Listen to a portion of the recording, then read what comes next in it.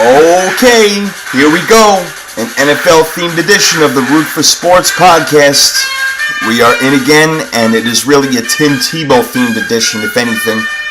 I really feel bad for this guy. Let me preface everything, first of all, by saying I'm not a Florida Gainesville Gators fan. I'm not a Denver Bronco fan. I'm not a New York Jet fan. So I have no ties specifically to Tim Tebow. I happen to love the way the guy plays. I happen to think he's a great person. He's done nothing wrong in the eyes of the media except for not play exceptional quarterback. And I grant you that. The guy, in my opinion, definitely is not an NFL-type quarterback. No doubt about it. I don't know exactly why the Jets brought him in here. I don't know if it's to give Mark Sanchez a little bit of problem, a little bit of a push, and say, hey, kid, we got this Tim Tebow guy who's also a first-round draft pick sitting right behind you ready to roll if you don't do well.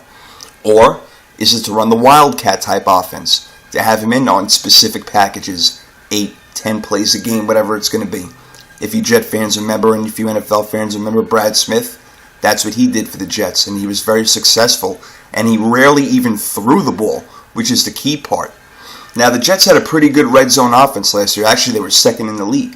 So it's not like, Tim Tebow's going to come in here and make them a better goal line red zone offense, but actually goal line more specifically with the fact that there's really nobody better than him.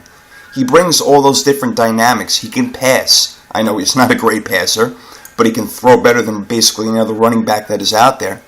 And he can play that kind of, again, not running back position, but that slash, Cordell Stewart type, whatever it's going to be. Look, guys, the kid can play football. The Broncos were lost before he got in there last year. They were a terrible team, 1-4 if memory serves. Then he takes them down the stretch and goes 7-3, wins a playoff game against the Pittsburgh Steelers, and then again they get creamed by New England. But if not for Tebow, they're not getting there. Kyle Orton wasn't getting the job done. It seems that Tim Tebow does have some sort of presence, some aura around him. I'm not going to call it spiritual and godlike. I'm not going to go there and get crazy, but he does bring the best out of people, it seems. And he's a good guy. And so for everybody saying this is a horrible move for the Jets, it's a PR move, it's this, that, maybe there is a little PR involved. I mean, the guy's going to sell tickets. He's going to bring fans from other places, there's no question. But he can play. He can play football. We're missing that. Maybe he won't be an NFL quarterback forever, but he still has a spot in the league. If the guy can play football, they're going to find a position for him. Rex Ryan likes to ground and pound. Tony Sparano basically reinvented the Wildcat offense in the NFL with Miami Dolphins a few years ago. Now again, it didn't last, but he was very successful doing it with Ronnie Brown, who could throw the ball as well. Ricky Williams. So why not bring it in and try it?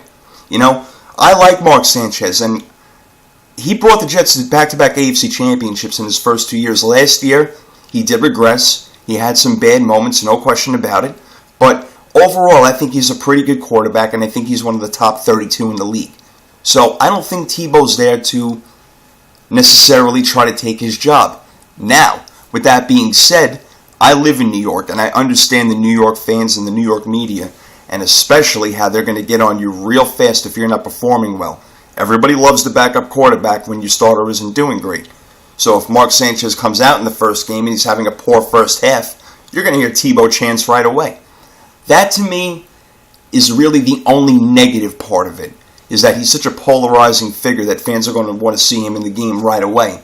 And that's just not realistic. I mean, I think Mark Sanchez is a better quarterback than Tim Tebow, and he should start over him. And that's what's going to happen. But again, if Mark Sanchez is doing terribly and performing at an awful level, feeling the pressure, whatever it is, then yeah, Tebow's going to get in there. And why not? I mean, last year that's what happened, 5 games into the season, and he made them a playoff team. Got him a home game, won the division, won a playoff game. So, look, again, the kid can play football. Now, you bring him in that Brad Smith type of role where he's got 5, 8, maybe 10 plays a game, whatever it is. He doesn't even have to throw the ball that much. He can run on goal line. Just the fact that teams are going to have to prepare now for the aspect that Tim Tebow brings, not knowing how many plays he's going to get per game. You've got to be ready for that as a defense, because if you don't prepare for it, you're going to get burnt. So, psychologically and in the chess match of football that coaches try to play sometimes, or all the time really, this could work.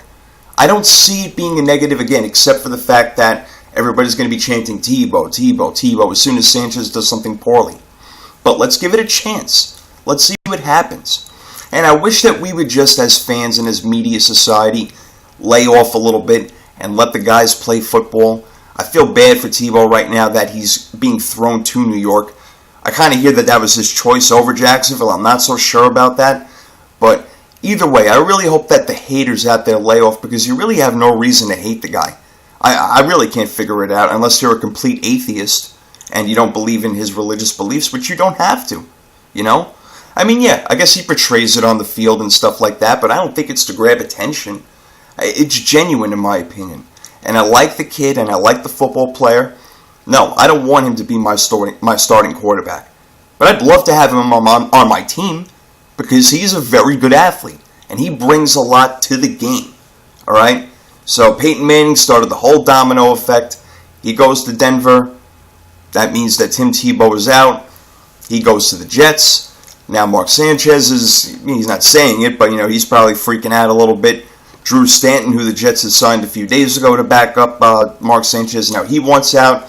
He ends up going to the Indianapolis Colts, who are another crazy story altogether. It's just that the quarterback carousel has been really nuts. And I want to mention another guy. Drew Brees.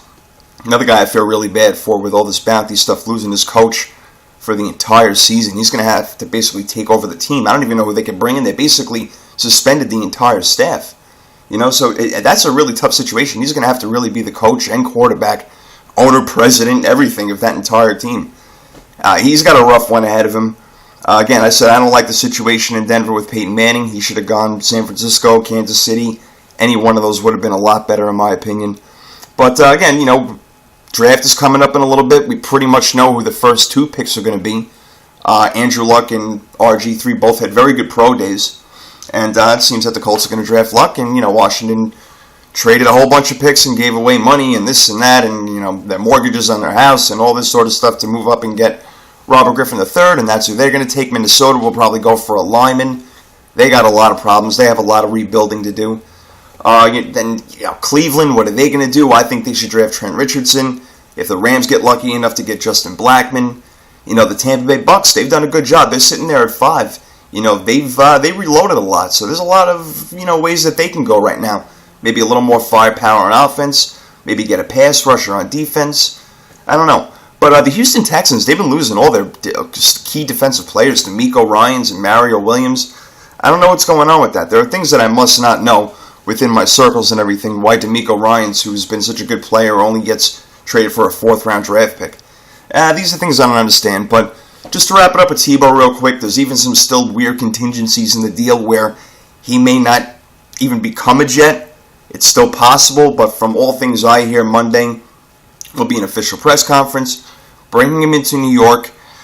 And it's going to be strange. It'll be very interesting. There's all this talk about doing like the Hard Knocks show on him with HBO and all that stuff, and that would be very fitting. I have no doubt about it, but I really hope that but the media will lay off a little bit, let things kind of take shape and see what happens, and let the chips fall where they may. So be it. If Mark Sanchez isn't playing well, Tim Tebow comes in, and maybe he resurrects the Jets like he did Denver last year.